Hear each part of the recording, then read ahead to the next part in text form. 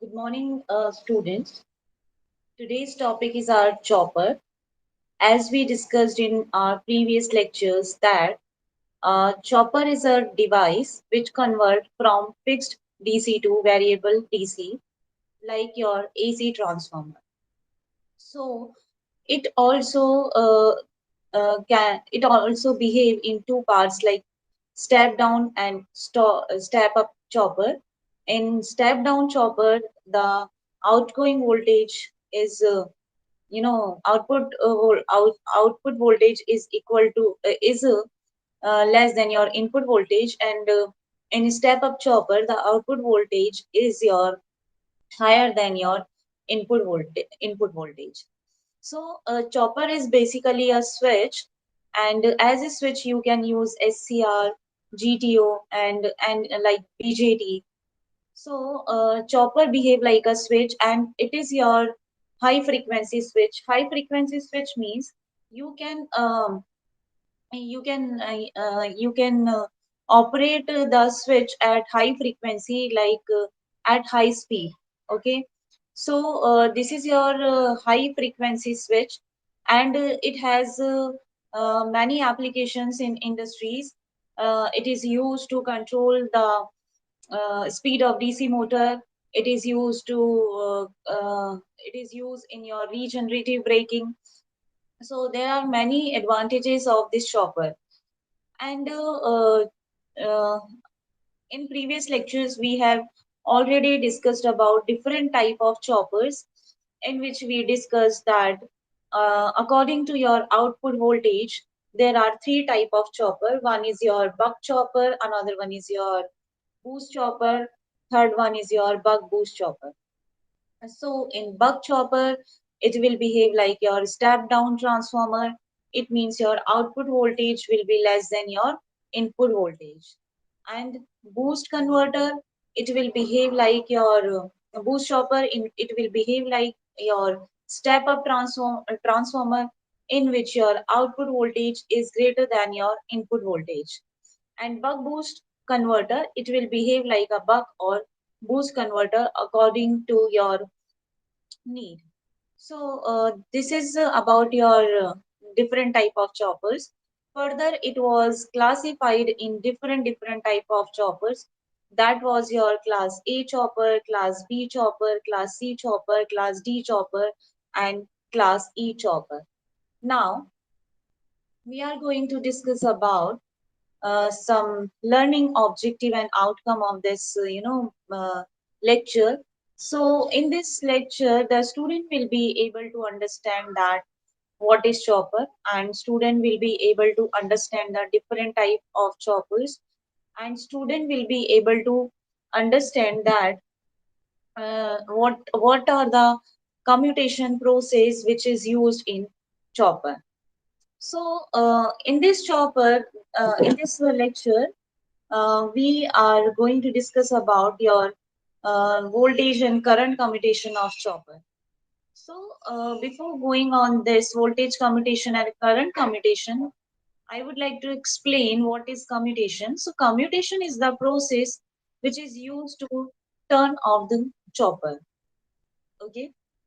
So first we will discuss about your effect of source and load inductance on chopper.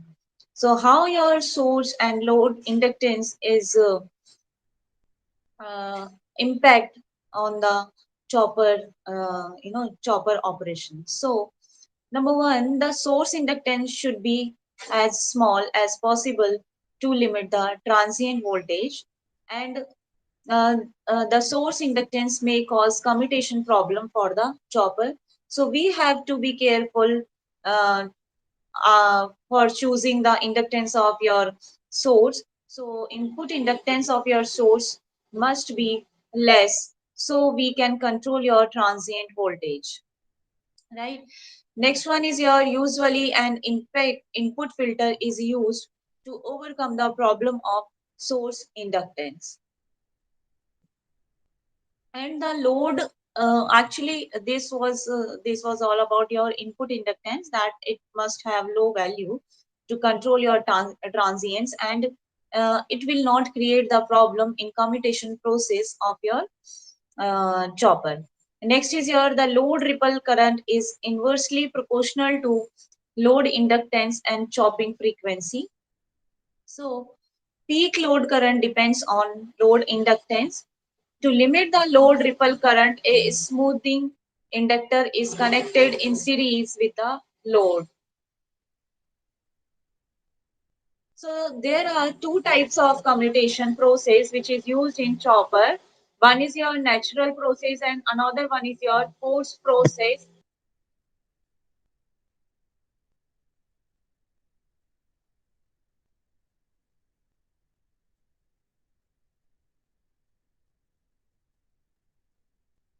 There are two process. One is your natural process and another one is your forced process. So we are going to discuss about your two type of commutation. So let's first discuss about your natural commutation. So what is your natural?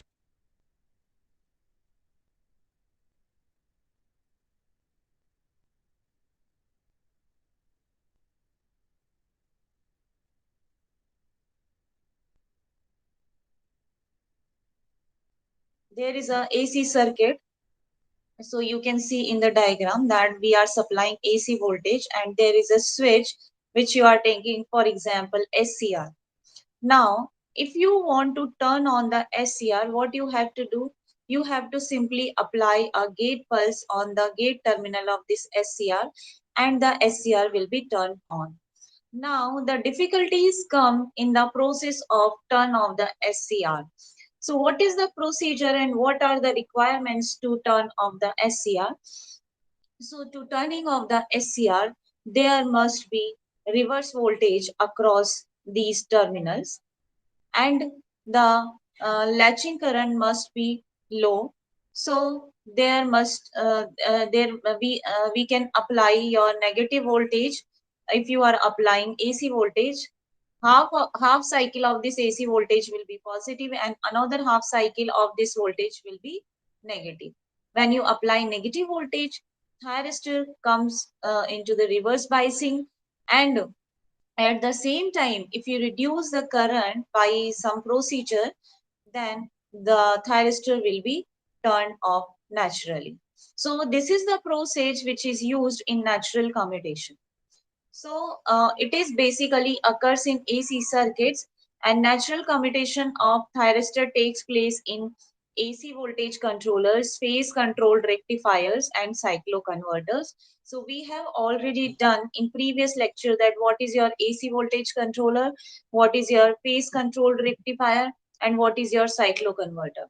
So natural commutation can be applied in three power electronic devices, which is your AC voltage converter, controller, phase controlled rectifier. Why is it apply in these three power electronic devices? Because in AC voltage controller means that you are applying input voltage which is your AC.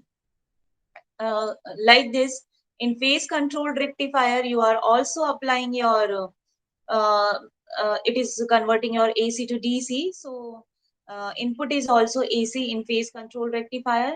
And in cycloconverter is like your frequency converter in which you are also applying AC voltage at your input terminals. So it is very easy to convert to turn off the chopper by natural commutation in these three power electronic devices.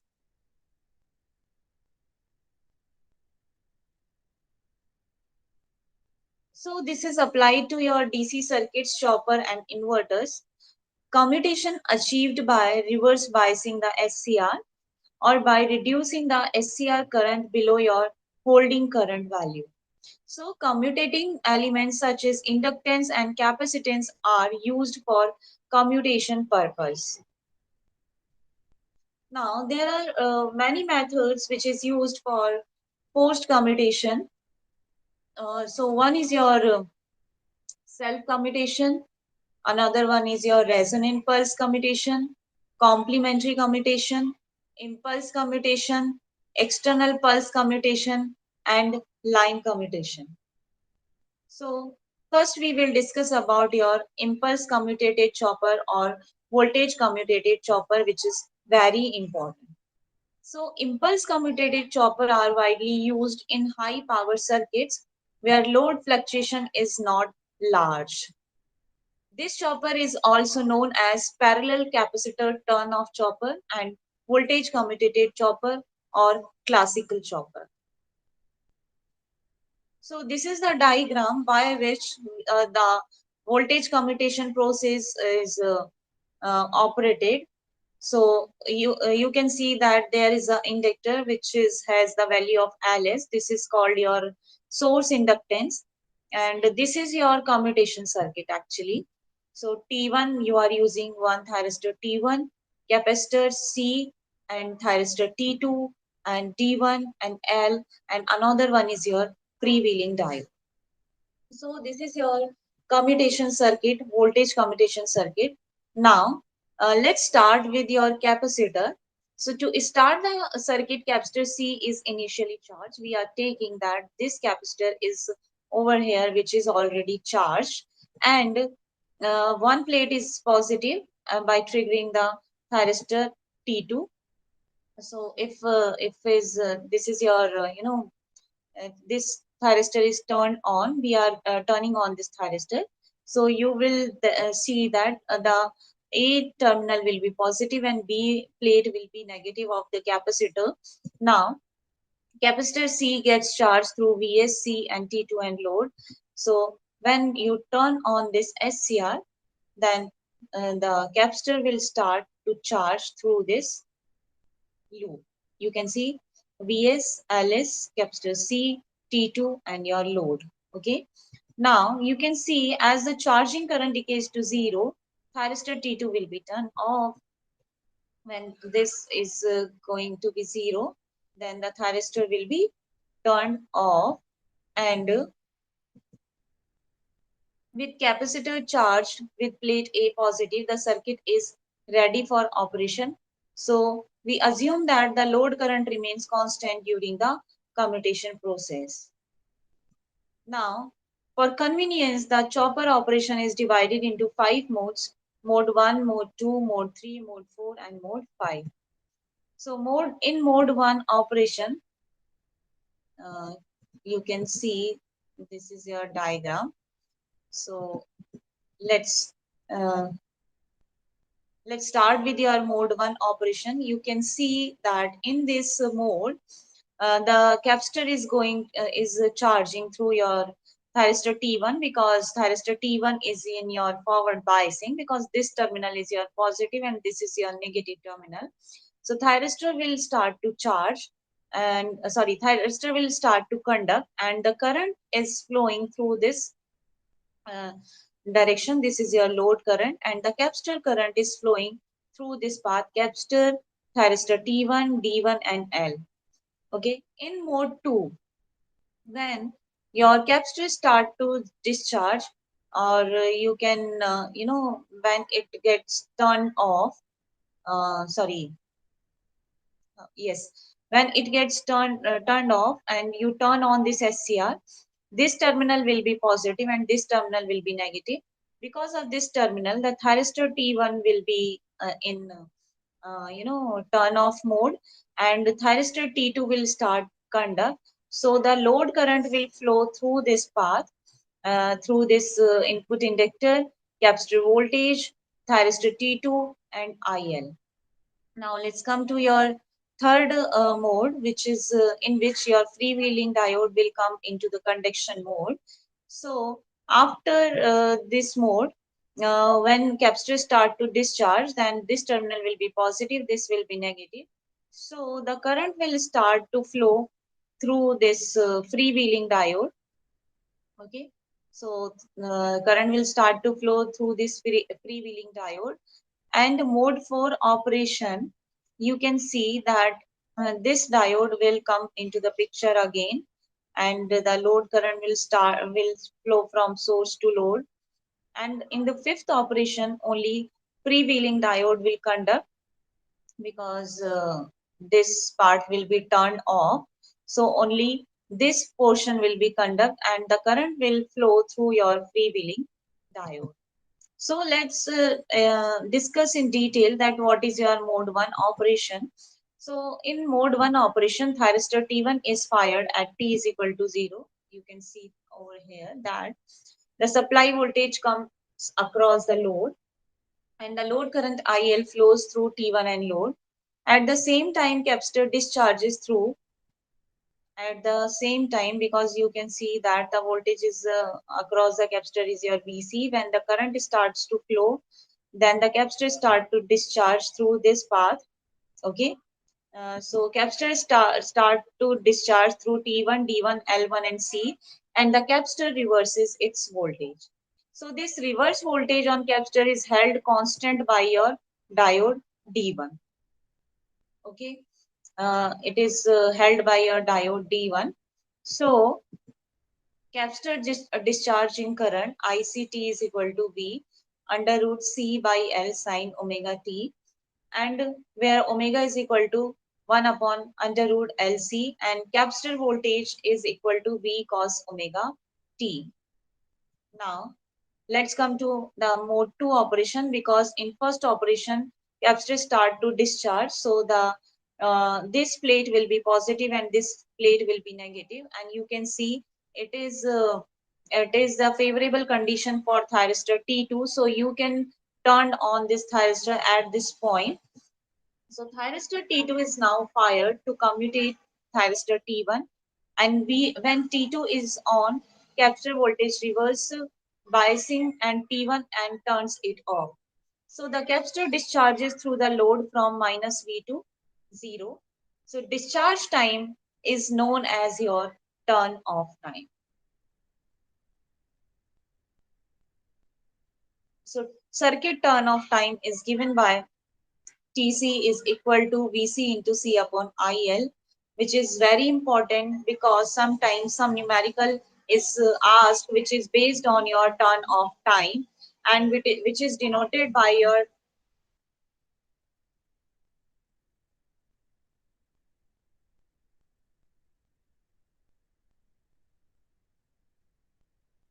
is your load current, and turn off time of circuit depends upon the load current, because if this load current is high, the time will be less. If load current is your low, then time will be high. So DC depends on load current, and it must be designed for the worst case condition which occurs at the maximum value of load current and minimum value of capacitor voltage.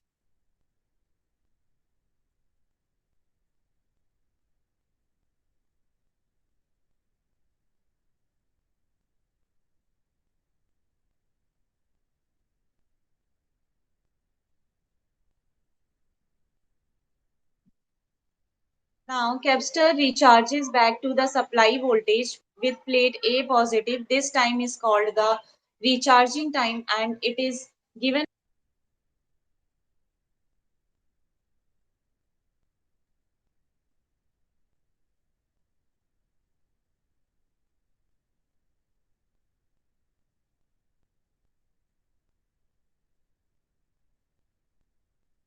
So the capacitor recharges back to the supply voltage, and with the plate A is positive. So this time is called the recharging time, and it is given by TD is equal to Vs into C upon IL.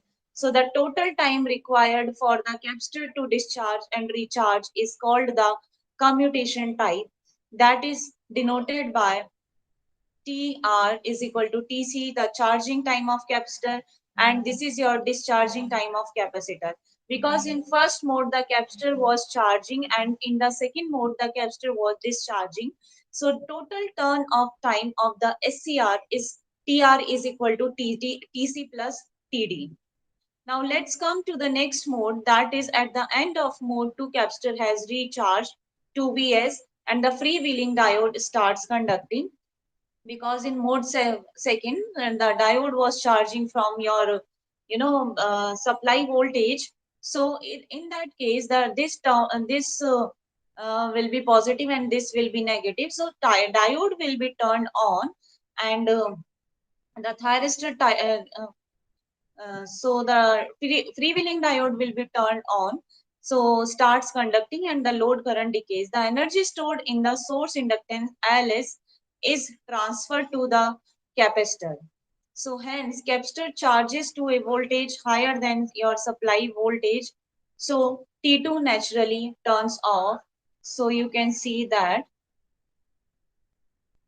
the terminal voltage of this the terminal voltage of this thyristor will be less than to this voltage. So the voltage difference between these two terminal will be negative, and this thyristor becomes in your reverse biasing, so it gets turned off naturally. So the energy stored in source inductance Ls is transferred to the capacitor. So hence capacitor charges to a voltage higher than supply voltage. So VT2 naturally turns off. So in this case, the equation for this capacitor voltage can be written by this VCT is equal to Vs plus IL, because you can see the voltage across the capacitor will be equal to your Vs plus the inductor voltage. So this voltage will be high than your supply voltage. Okay. So this terminal voltage is high your than supply voltage. So thyristor will be turned off. And from this diagram, you can see VCT is equal to Vs plus IL root Ls upon C sine omega St, where omega S is equal to 1 upon under root Ls C. Now let's come to the next mode of operation, which is your mode 4. In this operation, you can see that the diode D1 also comes into the picture with inductor L. So the load current is also flowing in this mode. Now, capacitor has been overcharged. Its voltage is above supply voltage. As I previously said, that in your mode third, the capacitor voltage was the sum of this inductor voltage and this source voltage. So in mode 4 operation, your capacitor is charged, which voltage is above your supply voltage. So capacitor start discharging in your reverse direction. So you can see that in mode 4 the capacitor becomes start in discharging in reverse direction, so it becomes your negative, and capacitor start discharging in reverse direction, hence capacitor's current becomes negative. So the capacitor discharges through Ls, Vs, freewheeling diode D1 and L. When this current reduces to 0 D1, okay, you can see,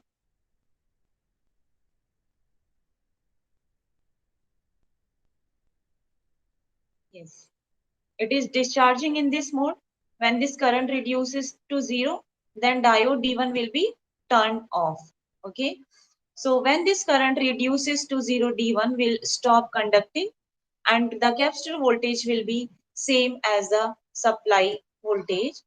When this will discharge totally, it will start to, you know, it will, there will be no current through this diode. It will be turned off, and this voltage is equal to your this voltage, right? And the capacitor will be charged equal to your supply voltage. So it will stop conducting and the capacitor voltage will be same as the supply voltage. Next come to the mode 5 operation. When the diode turned off, there is the only path which is remaining, that is your freewheeling diode. So the load current will start to flow through this freewheeling diode. So both thyristors are off and the load current flows through the freewheeling diode. This mode will end once thyristor T1 is your fired. So you can see from the diagram that this is your capacitor current, okay, and uh, which is equal to your inductor current at this time, and this is your current which is flowing through the thyristor T1. So This is your waveforms of charging and discharging of your capacitor. Now, these are the voltage waveforms across your capacitor, and uh, this is the voltage which is equal to your thyristor T1. This is your output voltage, okay, and this is your voltage across your capacitor. So when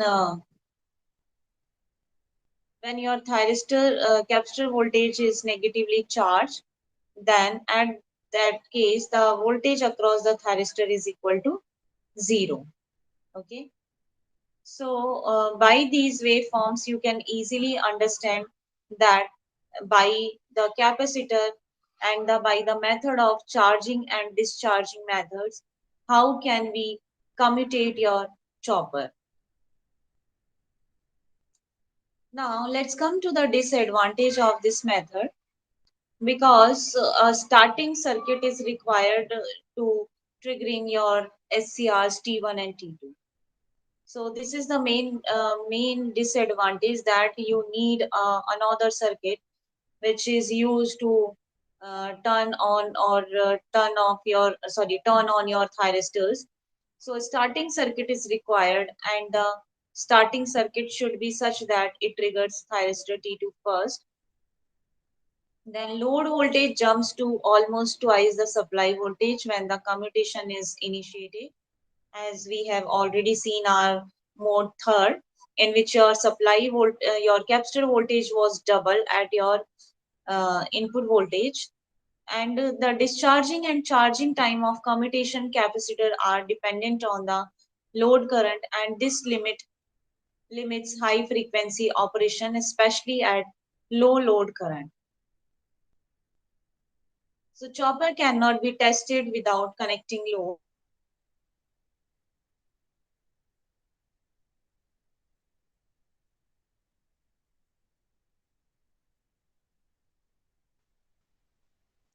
Resulting in increasing its peak current rating.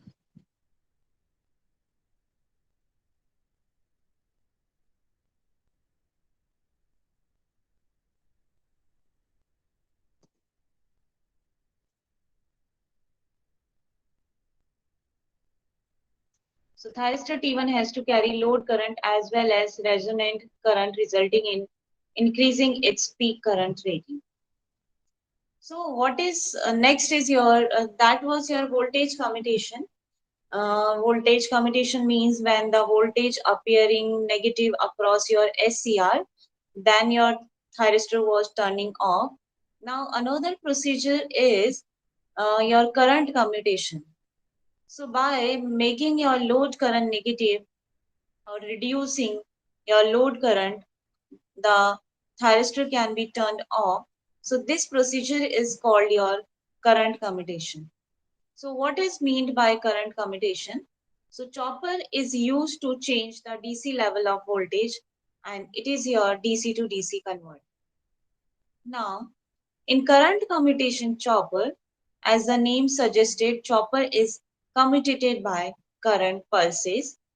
So in this process, a current pulse is made to flow in the reverse direction through the conducting thyristor, and when the net thyristor current becomes zero, it is turned off.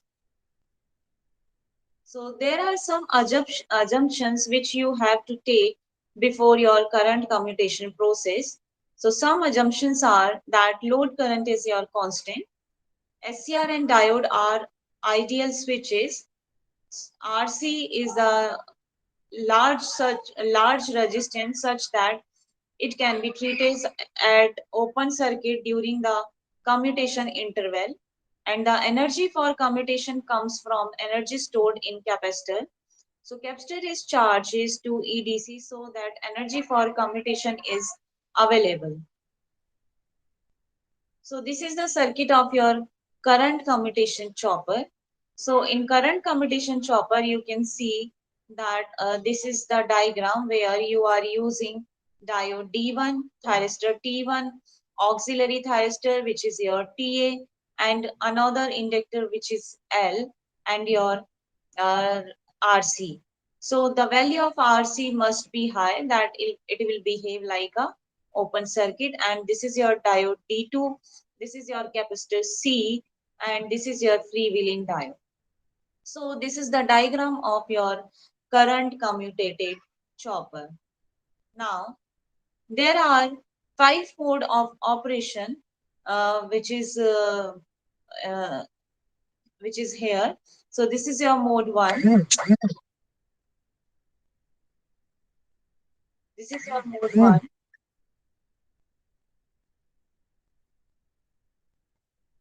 This is your mode 1. This is your mode 2. This is your mode 3 and mode 4 and mode 5. So in first mode, let's start with your first mode, that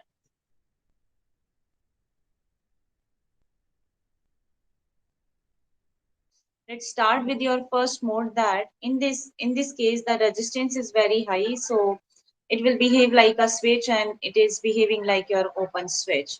When supply voltage is connected through this circuit, then you can see that the capacitor, the voltage across the capacitor is your, this plate is positive, this plate is your negative, and you can see that the capacitor start to discharge through this inductor TA and this inductor. When it discharges, the capacitor voltage, the voltage across the capacitor becomes reverse biasing. This plate is negative, this plate is positive. So SCR becomes turned off, TA, auxiliary thyristor, because the you can see in this diagram, the thyristor TA will be turned on only when this terminal is positive and this is your negative terminal. Initially it has the voltage across this capacitor is your VC. When we connect it through it supply, then it start to discharge from this circuit, and when capacitor discharges, the voltage across this capacitor, this plate becomes negative and this plate becomes positive. So thyristor TA turned off. Now in mode 2 operation, thyristor TA is turned off, and you can see that thyristor, mode in mode 1, the thyristor TA is turned off, and you can see in this diagram that when it is turned off, the this terminal is negative, this terminal is positive, so it start to discharge through this path. Okay, it start to the capacitor current start to flow through this part. And you can see from this diagram, when capacitor current start to flow through this diagram, the diode will remain in your off mode, because the thyristor D1 will remain in your off mode, and the current which is flowing through this thyristor is IT1 is equal to your load current minus your capacitor current. Okay, now let's come to the mode third. In mode third, the thyristor will be turned off, because when it start to discharge, then this terminal will be negative and this terminal will be positive. So when this terminal is negative and this terminal is positive, diode D1 will turn on.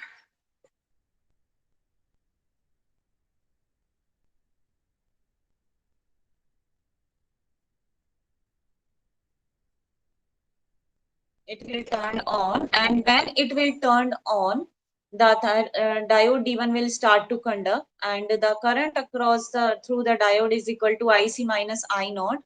And in mode 4, that you can see that this D1 T1 TA will be turned off.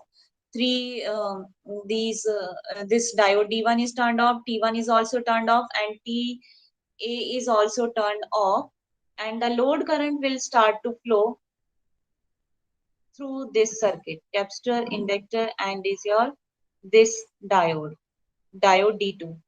So the current will start to flow through this circuit. In fifth mode, this diode will be uh, you know only freewheeling diode will be conducted, because this diode will be turned off. So the current will flow only through this freewheeling diode. Okay. So this is your current commutation process in which it has five modes, and these are the waveforms of this voltage and current waveform of current commutated chopper. Now, next is your load commutated chopper. So this is the diagram of your load commutated chopper, where you are using 4 SCR and 1 capacitor and 1 freewheeling diode, which is very simple circuit. And these work in only three modes: mode 1, mode 2, and mode 3. From 0 to T1 mode 1, you can see that the thyristor T4 and T3 will remaining off, and T1 and T2 will conduct. So the load current will flow through this path.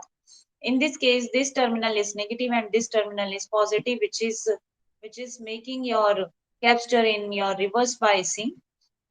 So in mode second, the thyristor T1, T2, T3, T4 will remain in off condition. This is your terminal positive, this is your negative, so it will make these T1 and T2 will be turned on. Only freewheeling diode current will flow through this freewheeling diode.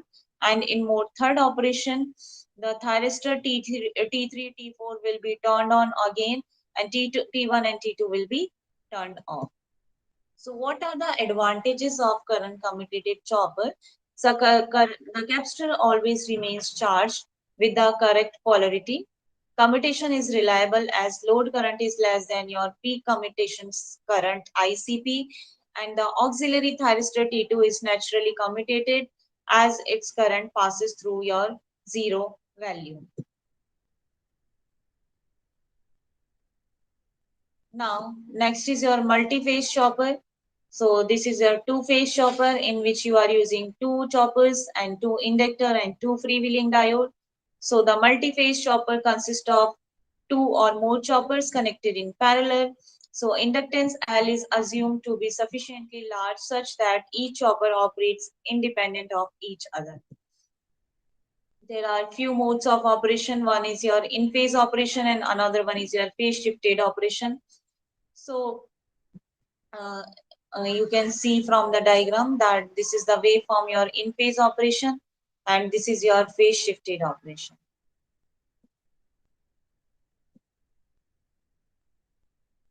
So in phase operation, all the parallel connected choppers are on and off at the same instant. Input current I is equal to I1 plus I2 is doubled, and the operation is equivalent to a single chopper operation, and the frequency of harmonics in the input current is equal to 1 by T switching frequency of each chopper.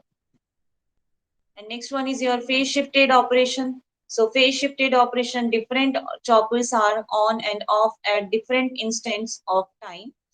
For alpha is equal to 30 degree, chopper 1 is on.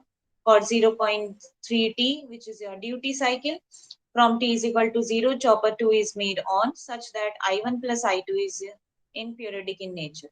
So frequency of I is doubled and its ripple current amplitude is I max minus I minimum is called. So frequency of harmonics in the input current is 2 into 1 by T. Size of filter is reduced as a result, making phase shifted operation of multi-phase choppers are most preferred.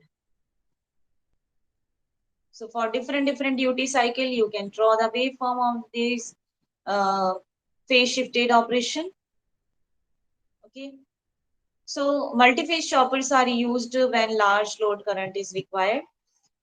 These are the advantages and disadvantages of multi-phase chopper. Advantage is that input current has reduced ripple amplitude and increased ripple frequency. So as a consequence, the size of the filter is reduced. Disadvantage is that the extra commutation circuits is used, additional external inductors are required, and complexity in the control logic.